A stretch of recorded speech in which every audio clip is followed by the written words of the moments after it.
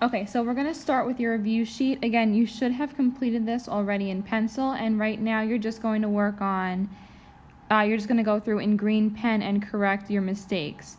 So we're going to start right away with the exponents. So first, we have 3x squared y to the third, all being cubed, divided by x to the 7th, y to the 5th. So what you're going to do here is you're going to get rid of that cube up top. Okay, you're going to clean that up. So everything inside the parentheses is being cubed. So this becomes 3 cubed, which is 27. X to the, whenever you have power to power, you multiply. So this is x to the 6th, y to the 9th, all divided by x to the 7th, y to the 5th. Then from here, we have to take care of the division between those variables x and y. So 27 divided by 1 just stays 27.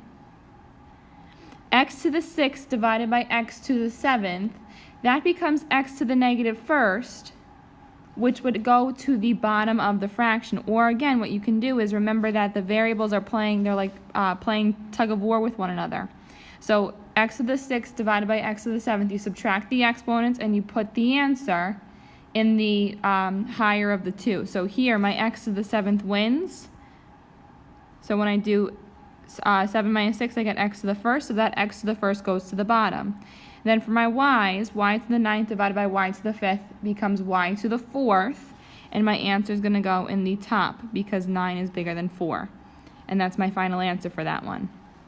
For the second one, we have 4x to the negative first, y to the 6th, all being squared, divided by 8x to the negative 4th. So again, I'm going to square everything that's inside those parentheses first. So this is now 16x to the negative 2nd, y to the 12th, all divided by 8x, y to the negative 4th.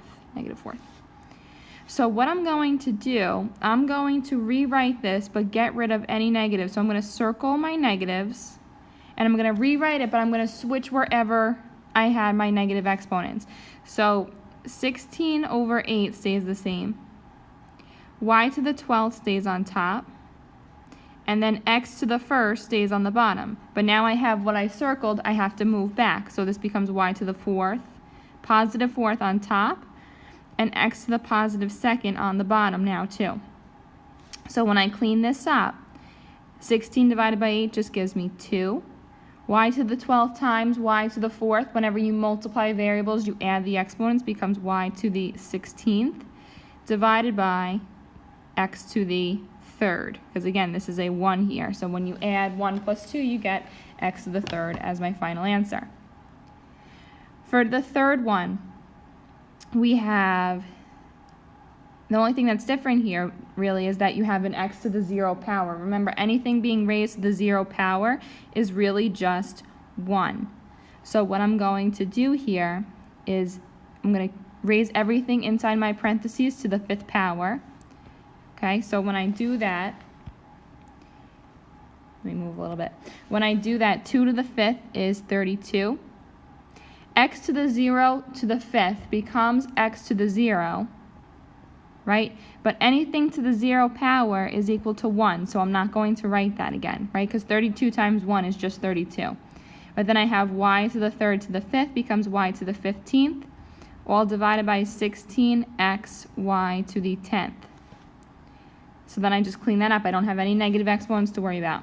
So 32 divided by 16 is 2. Y to the 15th divided by y to the 10th. When you divide, you subtract the exponents. Put it in the higher of the two. So 15 minus 10 is 5.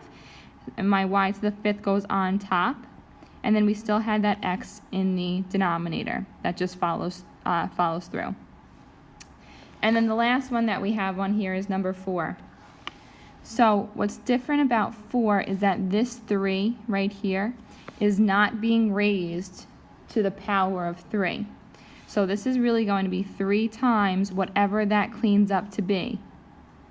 Okay, so 2 to the 3rd is 8. A to the negative 4th to the 3rd is a to the negative 12th. B to the 3rd is just b to the 3rd. C squared to the 3rd is c to the 6th. Divided by 6 squared is 36. A to the negative third squared is a to the negative sixth. B squared is b to the fourth. And then c squared is just c squared. So lastly, what I can do here before I worry about the negative exponents is if I want to multiply this 3 times 8, I get 24. A to the negative 12th, b to the third, c to the sixth, all divided by 36, a to the negative sixth, b to the fourth, c squared. Okay, so now I have my negative exponents are really just in my a's. So again, 24, b to the third, c to the sixth, divided by 36, b to the fourth, c squared. I'm going to go back to what I circled, and a to the negative 12th becomes a to the positive 12th in the denominator, and a to the negative 6th in the denominator becomes a to the positive 6th in the numerator. So then I just go through. 24 divided by 36 I can do in my calculator. Press math, enter, enter. It gives you back a clean fraction. That fraction, if you take out 12, becomes 2 over 3. B to the third divided by b to the fourth is b to the first. That goes in the bottom. C to the sixth divided by c to the second becomes c to the fourth in the top. A to the sixth divided by a to the 12th becomes a to the sixth in the denominator. Okay? And then typically you'll see this switched around just because we usually put them in alphabetical order. Okay? Down to the operations. For the first one, using the polynomials, we have f of x and g of x. This is just substitution, and then you're doing the operation. So for my first question, g of x times f of x, I'm going to do g of x is 4x squared plus 9 times f of x is 3x to the fourth plus 9x to the third minus 15x squared plus 21x. So I'm going to take up a little bit of room here. That's okay though. So I'm going to go through and multiply. I'll do this first one in red. 4x squared times 3x to the fourth gives me 12x to the sixth.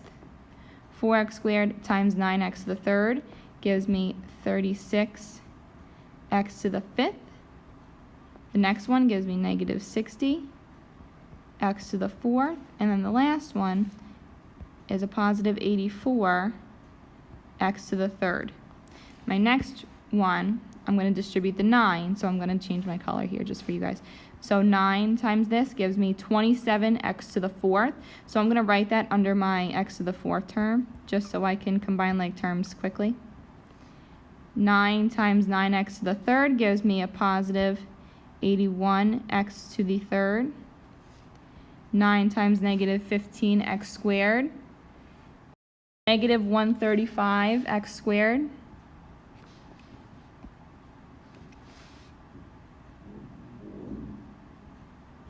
And then 9 times 21x gives me 189x. Ooh, 189. 189x.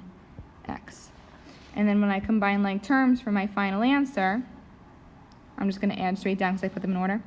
I get 12x to the sixth plus 36x to the fifth.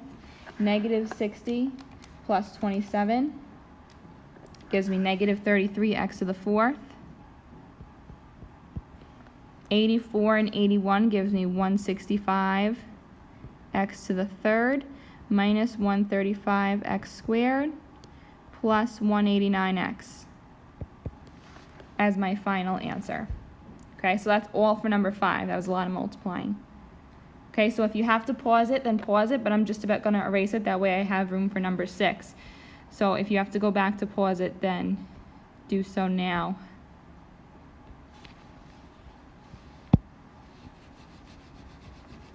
Alright, so for number 6, this is just addition. This is just straight addition. Should be very simple. Should not have an issue with this. F of x plus g of x. You have 3x to the fourth plus 9x to the third minus 15x squared plus 21x plus 4x squared plus 9. You have a plus sign in the middle, so you can pretty much just combine like terms. So 3x to the fourth does not combine with anything else. 9x to the third does not combine with anything else.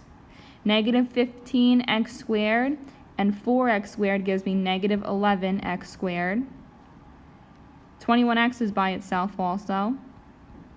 And then the positive 9 is also by itself. So the only thing that you could have combined were your x squared terms. And that's it for number 6. That's all it wanted you to do. Okay? So again, I'm going to erase. That way I have room. So if you have to pause it, then do so now. That way you can get the full answer in. Okay? And then number 7 is subtraction. So for number 7, we have g of x minus f of x. So g of x is 4x squared plus 9 minus f of x is 3x to the fourth plus 9x to the third minus 15x squared plus 21x. Okay, so this is a plus, this is a minus, and that's a plus. So this one's different because you have to distribute this negative out. So you have to change all the signs. So I suggest you just rewrite it underneath just to be sure. So 4x squared plus 9, now negative 3x to the fourth, negative 9x to the third, a positive 15x squared, positive, and then a negative 21x. So now when I combine like terms, I have just negative 3x to the fourth by itself, negative 9x to the third by itself. Now 4x squared plus 15x squared is a 19x squared. And then negative 21x by itself and a positive 9. And that's my final answer for that. Okay? So whenever you're subtracting, you have to remember to distribute any negatives. And then on the bottom here, we just have evaluating. So for number 8, you have, well, 8 through 11, you have r of x and s of x. So for number 8, it wants you to find r of 3. So I'm going to do r of 3 is equal to, I'm going to use this function, 3 times 3 squared plus 14 times 3 minus 30. I can type that right into my calculator, and I get 39. So r of 3 is equal to 39. I'm going to do the same thing for number 9, just with a negative. So with number 9, you have to be careful. I'm going to erase so I have room. I have to be careful that I put parentheses around that negative. So r of negative 5 is 3 times negative 5 squared plus 14 times negative 5 minus 30. So I do the same thing that I just did, but instead of a 3, I'm going to replace it with a negative 5. When I press enter, I get r of negative 5 is equal to negative 25. Okay? Number 10 talks about s of x. So s is actually an absolute value function. So we have to know how to plug that in. Pause if you have to, so I can erase.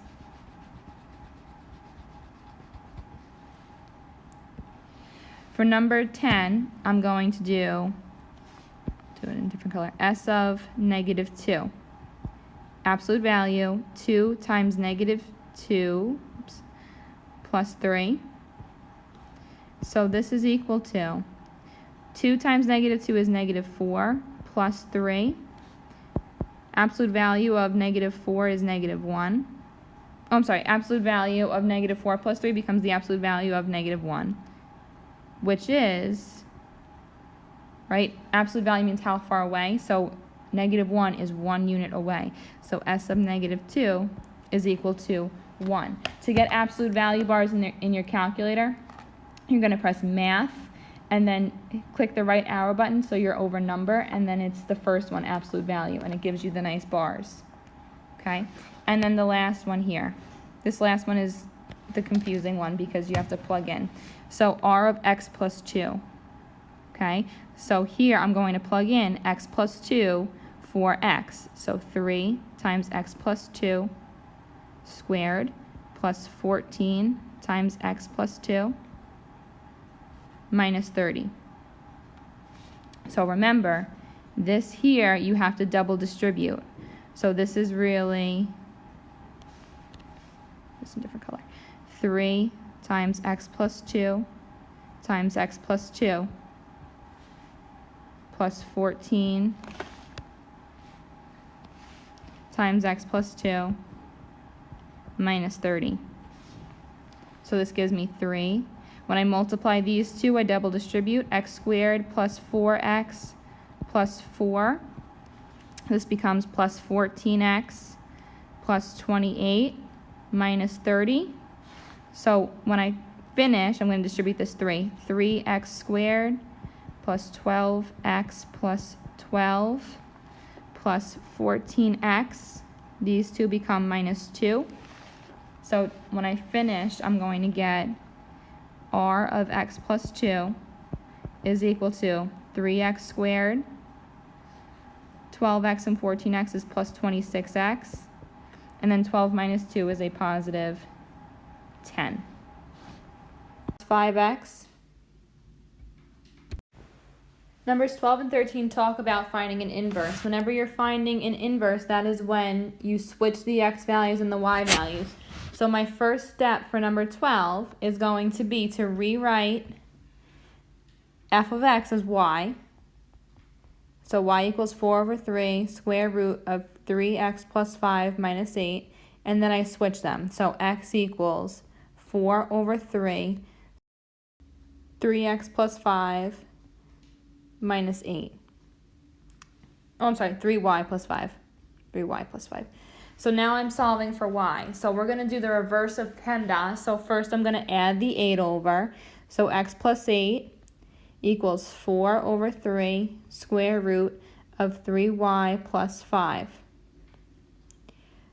Instead of dividing now, because I have to get rid of this piece, instead of dividing by a fraction, I'm going to instead multiply by its reciprocal. I'm going to do keep, change, flip. That's what that means.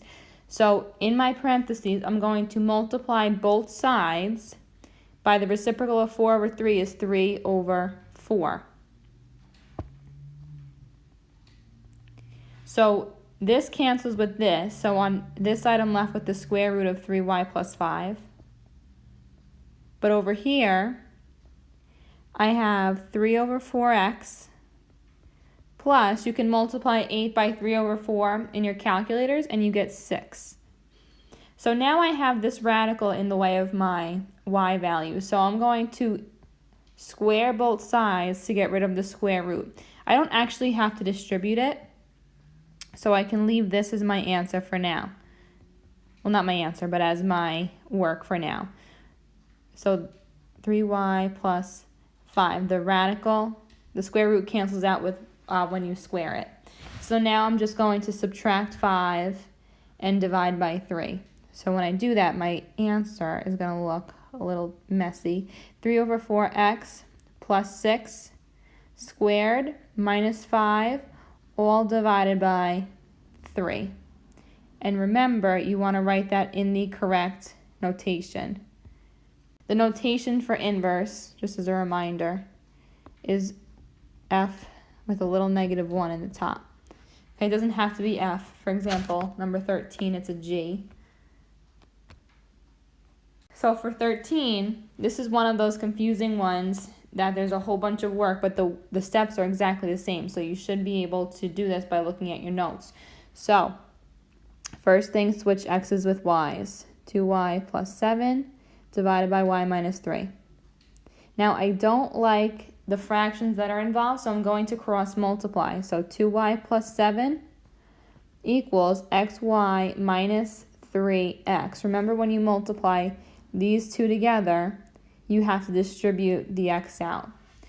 So whenever I'm solving for something, I'm going to bring all of my variables that I am searching for to one side, everything else to the other. So I'm going to add 3x to both sides, so this cancels. And I'm going to subtract 2y from both sides.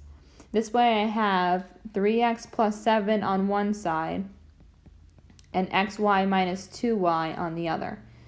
So I only want to have one y. So the way that I do that is by taking out a GCF of y, and I'm left with x minus 2 equals 3x plus 7. To get y by itself, I'm going to divide both sides by x minus 2. And I get y equal, this cancels, so I get y equals, but remember you want to write in the correct notation, so it should be the inverse of g equals 3x plus 7 divided by x minus 2. And I got that from right here.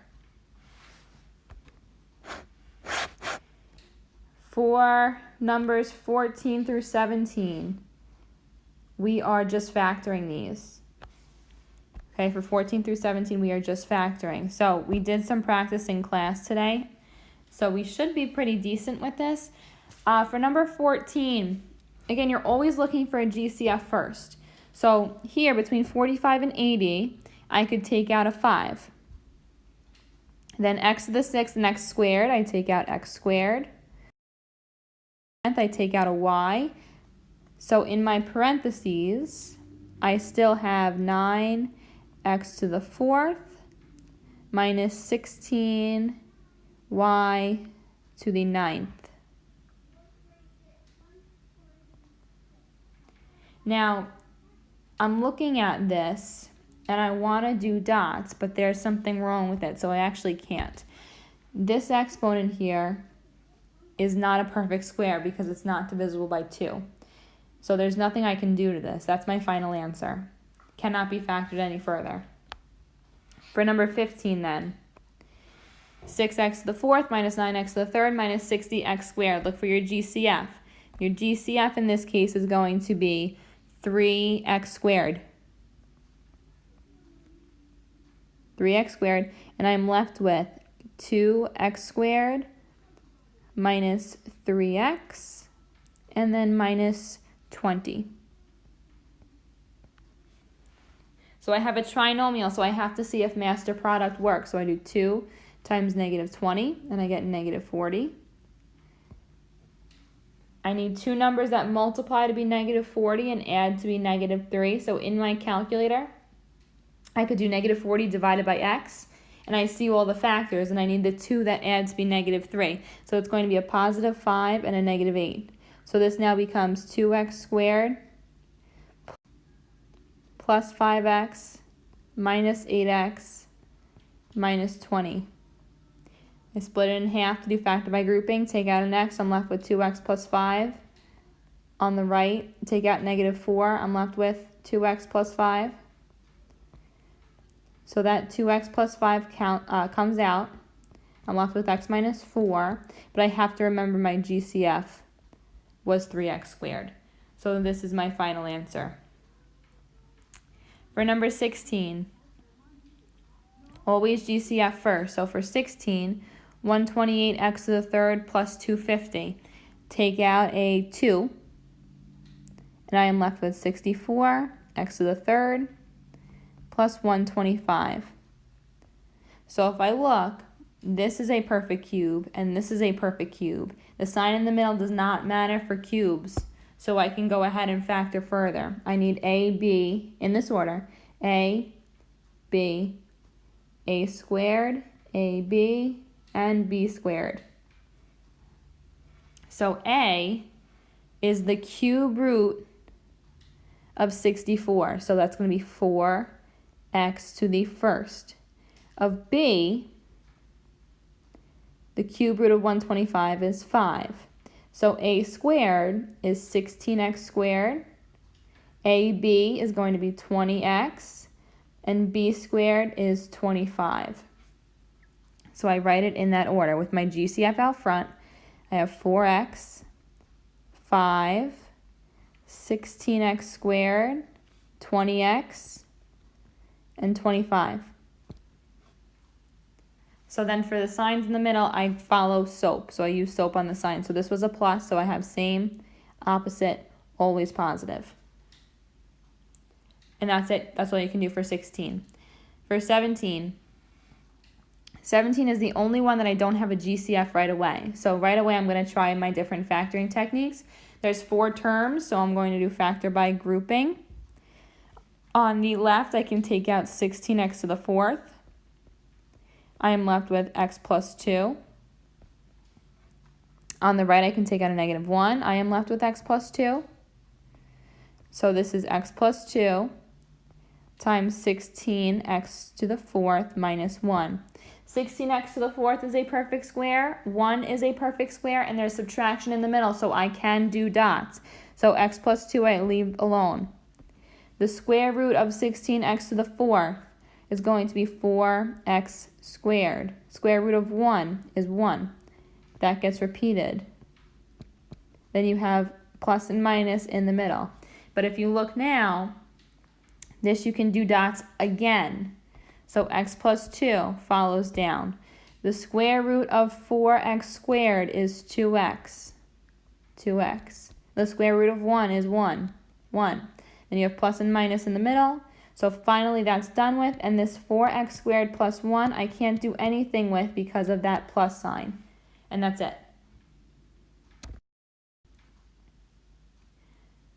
18 and 19 is like the do now that we had the other week. So 18 and 19, find the common factor between the two expressions. You're going to factor each completely and then see what is the common factor. What do they have that is the same in each one? So 40x to the 7th plus 135x. I'm going to look to take out a GCF first. So I'm going to take out a 5x, and I am left with 8x to the 6th plus 27. I'm going to be able to factor that further because 8x to the 6th and 27 are both perfect cubes. So now I have to go through and label a, b, a squared, a, b, and b squared. So I have 5x, 2 sets of parentheses, a, b, a squared, a, b, b squared. If you want to do it on the side like we've been doing in class, it's the same thing. So a is the cube root of 8x to the 6th, so a is going to be 2x squared. Remember, you're going to divide 6 by 3 because you're taking the cube root. B is the cube root of 27, so b is going to be 3. A squared is 4x to the 4th. A times b is 6x squared, and then b squared is 9. And you have SOAP on the sign, so this is positive, negative, positive. And that is completely factored. So now I'm going to do the other one over here. So this is 6x to the 3rd minus 10x squared plus 9x minus 15. Split down the middle. I can take out 2x.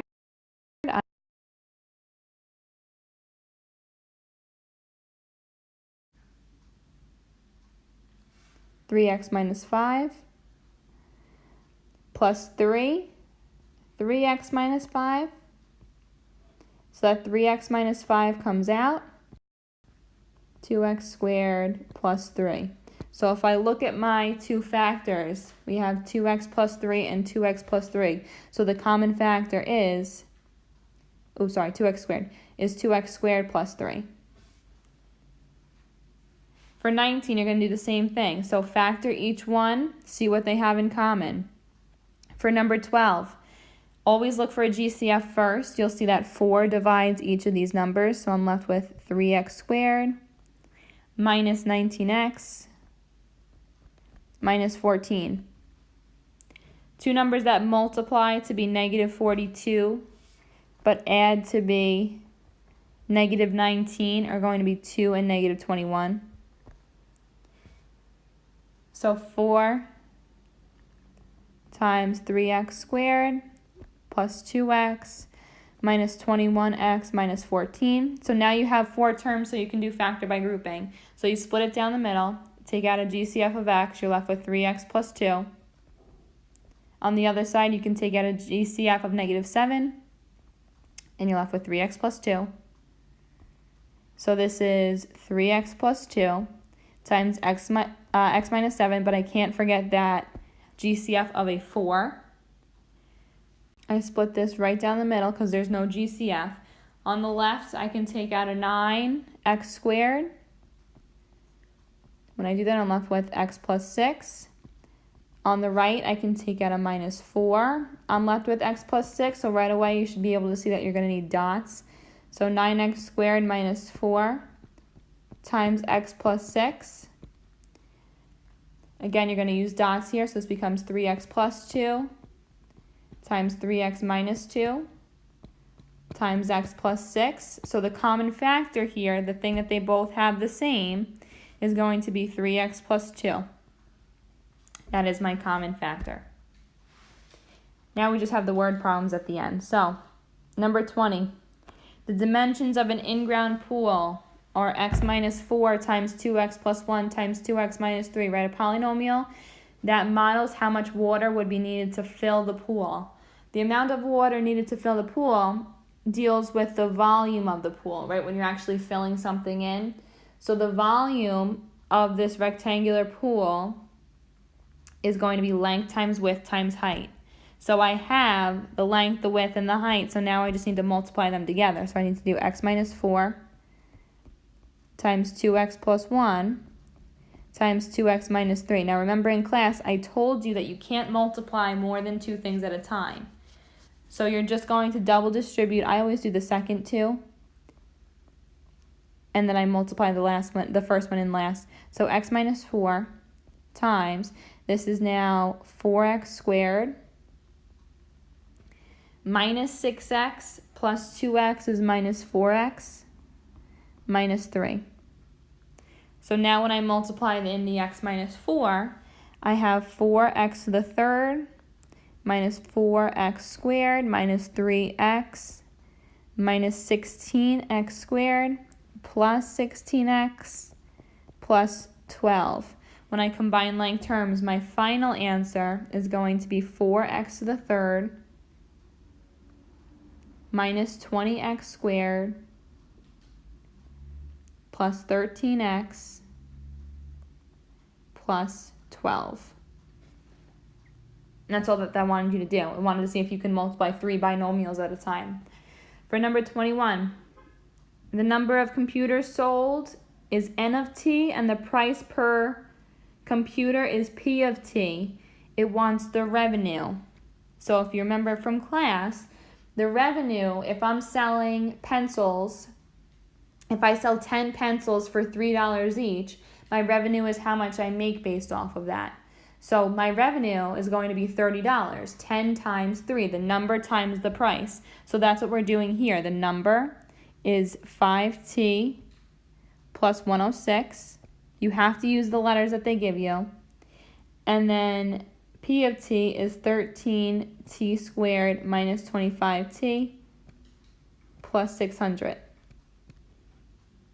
So when I go through and I multiply this, I'm going to label the revenue as R of t, just so you guys know. R of t equals 65t to the third minus 125t squared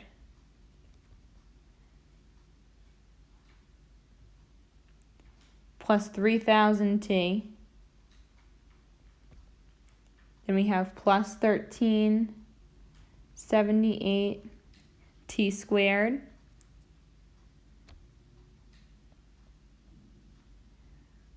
minus 2650t plus 63600. It's not my final answer though. I want to leave it in simplest form. So when I combine 65t to the third plus 1253t squared plus 350t plus 63600. And that is my final answer. That's the revenue. For number 22, 22 says a company is producing a new line of smart televisions. The cost for the production, so not the cost of each one, this is how much it costs the company to make the TVs, is C of X. where X represents the number produced. And then the revenue is that whole polynomial, R of X. And it wants to know the profit, right? The total profit generated by the televisions. So for example, if I am selling, let's just stick to pencils. If I'm selling pencils and I made $30 when I sold them, to figure out how much money I'm walking away with, I would have to subtract however much money I spent in making them, whatever the cost was. So say it took me $10 to make these pencils. I would take that 30 that I made and subtract the 10 from the cost. So I'm going to do, for profit, the revenue minus the cost. So the profit, P of X, in simplest form, is the revenue. So 3.92x to the fourth minus 5.79x squared plus 921x minus 154.8. And then we're going to subtract the cost. So minus 7.85 x to the fourth plus 8.28 x to the third minus 95.36 x. Remember to distribute this negative out. So when I do so, this becomes, it's like keep, change. This becomes positive. Now this positive is a negative. This is now a negative, and this is a positive. Okay, I suggest just rewriting it underneath. I'm just running out of space. So my final answer here, when I combine like terms, is going to be P of X equals negative